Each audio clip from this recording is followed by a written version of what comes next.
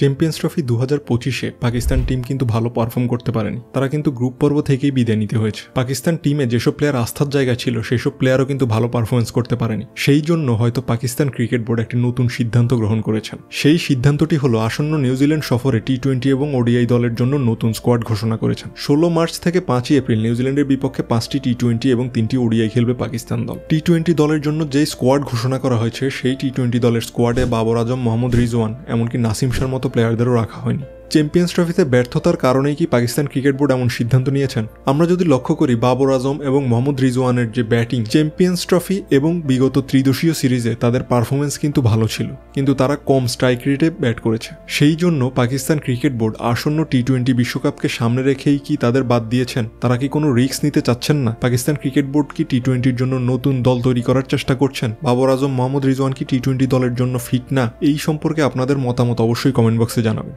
Pakistan cricket board নতুন যে টি-20 দল ঘোষণা করেছেন তার নেতৃত্ব দেবেন সালমান আগা, যার চ্যাম্পিয়ন্স ট্রফি এবং ত্রিদেশীয় সিরিজে পারফরমেন্স কিন্তু ভালো ছিল। এমনকি টি-20 দলে যে নতুন 6 জন প্লেয়ার অন্তর্ভুক্ত হয়েছেন তারা সবাই কিন্তু বিপিএল এ ভালো খেলেছেন। অন্যদিকে ওয়ানডে দলের স্কোয়াড থেকে বাদ পড়েছেন শাহিন শাহ আফ্রিদি। বাবর আজম, মোহাম্মদ রিজওয়ান, নাসিম শাহকে ওয়ানডে দলের স্কোয়াডে রাখা হয়েছে। ওয়ানডে দলের নেতৃত্ব দেবেন মোহাম্মদ রিজওয়ান, যা অপরিবর্তিত আছে। তাহলে কি পাকিস্তান ক্রিকেট বোর্ড বিভিন্ন ফরম্যাটে এক্সপেরিমেন্ট করতে চাচ্ছেন বিভিন্ন প্লেয়ার দিয়ে? তাহলে কি পাকিস্তান ক্রিকেট বোর্ড অন্যান্য দেশগুলোর মতো তাদের টিমকে নিয়ে এক্সপেরিমেন্ট করতে চাচ্ছে কিভাবে তাদের টিমকে বিভিন্ন ফরম্যাটে আরো শক্তিশালী করা যায়? বাংলাদেশেরও উচিত এমন সিদ্ধান্ত অতি দ্রুত গ্রহণ করা, কেননা একরকম প্লেয়ার দিয়ে যদি বিভিন্ন ফরম্যাট কন্টিনিউ করা হয় তাহলে লং টার্মের জন্য কোনো ভালো ফলাফল আশা করা যাবে না। সো বাংলাদেশেরও উচিত 2026 সালে টি-20 বিশ্বকাপকে সামনে রেখে নতুন দল গঠন করা, যারা কিনা টি-20 ফরম্যাটে লং টার্মের জন্য বাংলাদেশ টিমকে একটা সার্ভিস দিয়ে যাবে। বাংলাদেশ ক্রিকেট বোর্ড এবং নির্বাচকদের অবশ্যই এইসব বিষয় গুরুত্ব সহকারে দেখা উচিত, তাহলে লং টার্মের জন্য একটা ভালো ফলাফল আশা করা যাবে। তা না হলে বাংলাদেশ ক্রিকেট টিমের এখন যে অবস্থা আছে